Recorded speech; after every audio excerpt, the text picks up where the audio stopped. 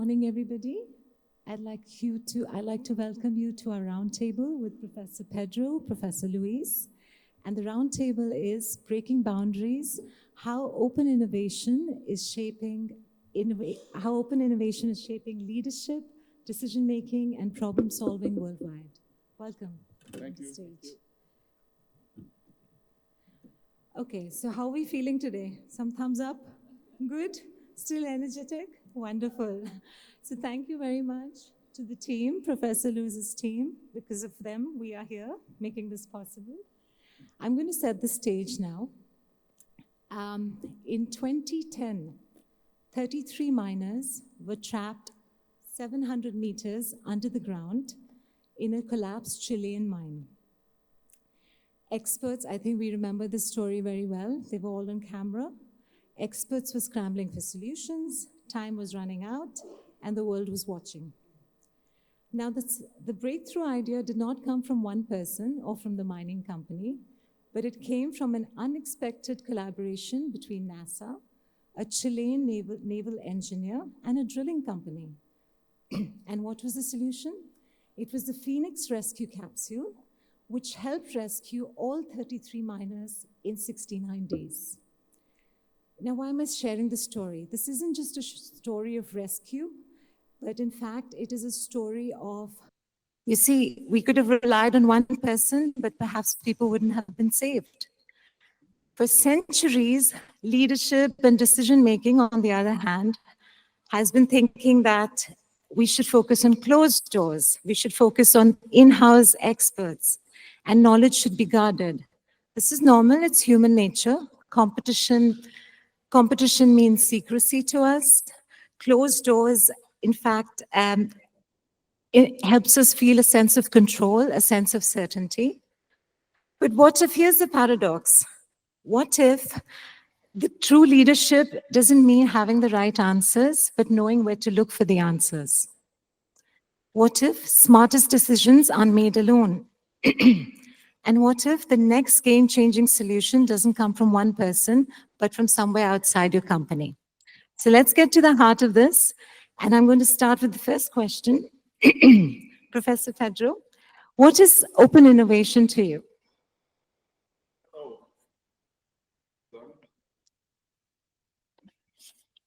Hello, can you hear me? Yes. So, thank you, I'm back. So, open innovation. So you talked a little bit about it already. And by the way, let me start by saying that open innovation is perceived differently by different people. But what we talk about when we talk about open innovation is this approach where we look for innovative solutions outside the typical boundaries of the university, of the organization. So what does that mean? Well, it means that historically, as you just mentioned, in fact, innovation was a bit different. We would start to develop the good solutions, the innovative processes, the innovative products that we were going to launch in the market internally. We would hire the best people. We would do everything internally, hoping that, you know, by hiring the best minds, in fact, those people would be able to develop the products that the market needs. So it was like that for a long time. I remember as a student, for instance, focusing a lot on studying the Bell Labs in New Jersey. And the overall idea was that, you know, the Bell Labs had probably more intellectual power in one place, in one huge building, than many countries. The idea was, if we hire the best minds, Nobel laureates, you know, engineers, the best human capital, to work in one particular place, to interact internally, they would actually come up with the best products that the market needs. Well, long story short, the world has changed. So what happens today when we think about open innovation is that the processes are very, very different, right? What we are talking about now, it's actually engaging everyone, users that are outside the firm, outside the organization, sometimes working together with internal staff, internal members, to actually come up with interesting solutions that are desired by the market. And we know that this works much better than, you know, the old model. And in fact, we have plenty of evidence that, in fact, the best minds are typically, even for huge companies, outside the company. There's always more people outside the company than inside the company. So of course it makes a lot of sense that we make use of those minds, of that talent to actually develop the innovation that the market needs or the organization needs. So yeah, bringing ideas from outside in, I would say it's a good way of thinking about open innovation. That's wonderful. Professor Luis? So thank you, Pedro. To me, open innovation is about engaging different internal and external stakeholders to the organization. It's about engaging diverse perspectives.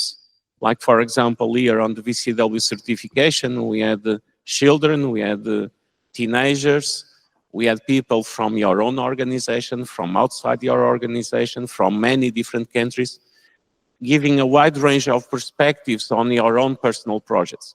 I'm looking here at Manuel Nunes da Ponte, and I thought about the MIT Portugal program, where I was engaged, thanks to Manuel, on the iTeams. iTeams is a project they have at MIT. It's about innovation teams. And basically, the idea is to bring technologies to the market. And how do we do this? Basically, the idea of the VCW Lab is very much to replicate that in a certain way, supported by the VCW, is by engaging internal and external stakeholders to MIT. So we engage the students, we engage the scientists that develop the solutions, we engage the people, the business people from Sloan School of Management, from many different schools from MIT, and of course, then biotech companies in the area. And then we engage many different stakeholders, many different entrepreneurs, and so on. So the idea is 1 + 1 is equal to 100, or 1,000, or 1 million. Rather than closing the information, it's all about cooperation, competition, towards a common goal. Fantastic. Those are wonderful. I can think of a metaphor for this, that open innovation is like being in a dark cave with 1,000 matches, and you don't know which one will catch fire, but even if one does, it can lead the way for everybody. Pedro will get fire. So let's start with Professor Luis this time. How, according to you, is open innovation breaking boundaries in leadership, decision-making, and problem-solving? So basically, open innovation is enabling leaders to come up with solutions that by themselves they could not come up with. At the same time, it's about making the decisions much more transparent. Because let's say if you want to take a decision, you engage your employees, you engage internal and external stakeholders to the organization, then when you bring the solutions to the market, or when you want to implement them, you're going to have the support from the different stakeholders.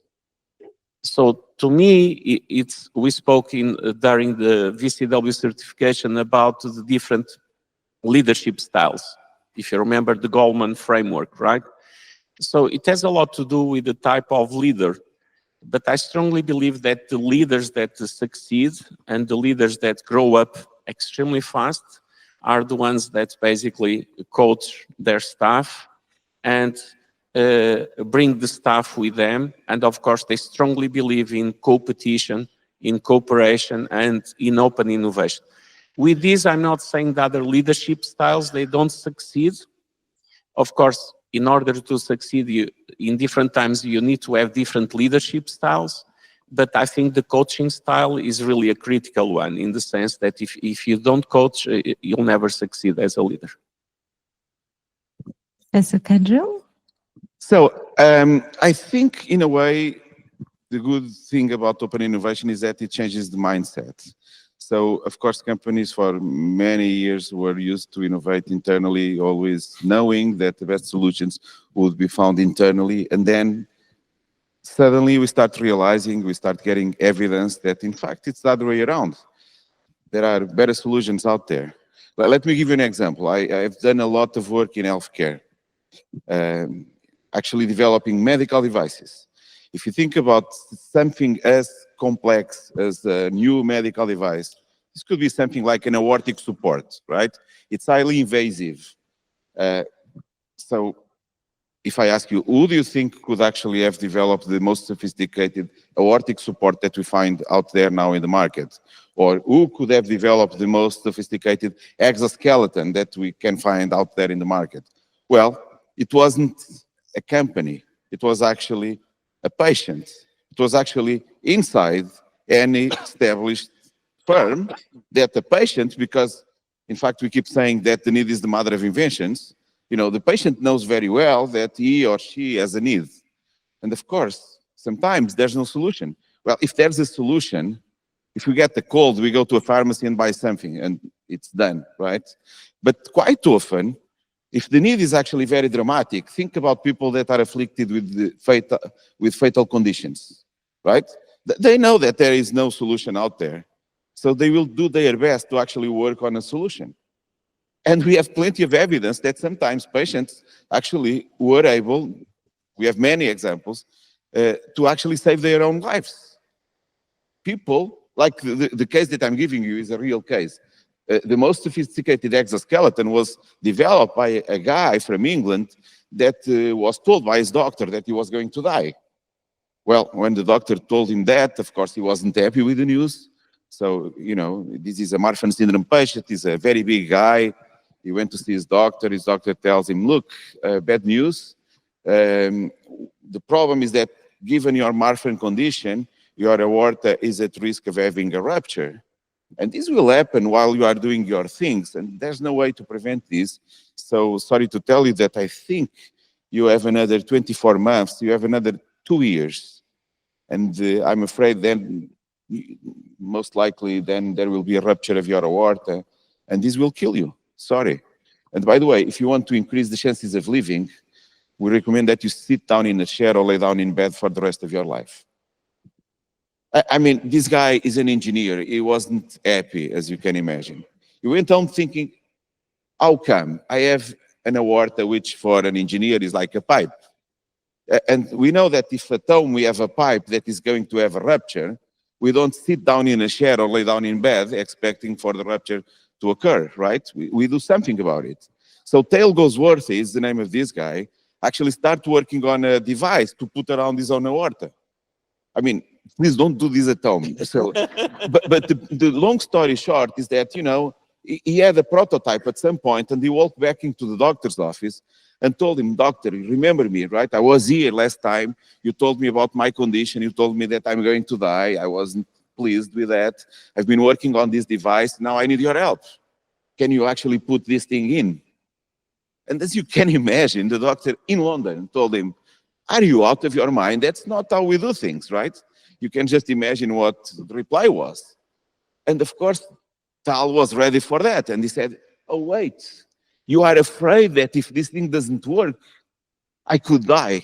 Let me remind you that you told me that this is going to happen anyway. So long story short, in London, he convinced the doctor that this was a good idea. Long story short, he actually, of course, he had to go through medical validation. It's a longer process. It's not, okay, put it in, it's done. It's a complex process, but he managed to save his life. And the life of over 1,000 people that have received the same aortic support that was developed by a patient outside the boundaries of any firm because he was a patient at home. And then actually, in this case, he became an entrepreneur, what we call a patient entrepreneur later on, and is actually the one that is commercializing this device. So long story short, at some point, because we were studying this phenomena in healthcare, we created a platform. We have about 5,000 medical devices like these that have been identified as being developed by patients or informal caregivers. So think about it. The potential is huge because, of course, there are lots of problem solvers out there. There's always more people out there than inside any firm, even if it's a big firm. So, of course, it makes sense that I search for good ideas outside of the boundaries of the firm. And that's what we do when we do open innovation or open and user innovation. Here, the distinction is that sometimes the innovation comes from users. Users are people like you and me. We use a lot of stuff. We have needs. We don't necessarily work in the R&D department of any firm. But we do stuff as well. Sometimes we actually innovate, and we are not even aware that we are innovating. In our garage, we are probably just solving a problem, right?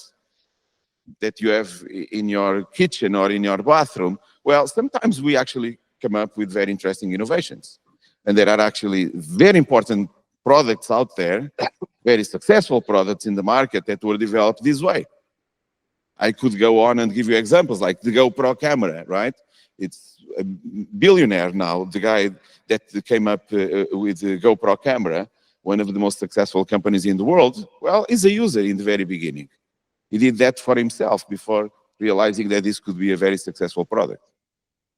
Yeah, maybe I will stop now before I go for another 10 hours. Those are very magnetic, very powerful examples because you're saving lives and it's led by patients, like you said, user-led innovation. And to also comment on Professor Luis's point about the leadership style, if we can all agree, I think Professor Luis's leadership style is the phrase, "come with me." You know, when he's introducing you to one person, then he's always introduced, and you're in a group, and he wants to connect two people, but you're in a group. He said, no, all of you come with me. Let me introduce, then he moves on to the next. So this is kind of the cornerstones of open innovation, the patient-led innovations that Professor Pedro has dedicated a lot of his life on, and Professor Luis's style, which is the cornerstone of VCW. Before we segue to the next question, I have an interesting example also from South America. In 2019, there was a campaign called A Day Without Whopper. So it was for Burger King, which is their flagship product. And for that one day, they halted their sales of their flagship product to encourage the sales of the Big Mac. Why was that? They said, don't come to us, go buy the Big Mac, because all the sales of Big Mac were going for children's cancer treatment. So this is an example of these two rivals who constantly make fun of each other, forgoing sales for the sake of a bigger cause, and they built record-building funding. They raised record-building funding, which happened as a result of cooperation. Okay, so to move on, this question is for Professor Luis. To what extent is the VCW journey a reflection of open innovation? I'll answer very briefly because Pedro will need to leave very soon. Okay. He's only 46 minutes delayed for the next meeting. But I'll be very brief. So I think the VCW, it's about managing a paradox, which is how to plan and at the same time be agile. And these always align with the 5 Ps. Do you still remember what are the 5 Ps? Can you tell in voice? Aye?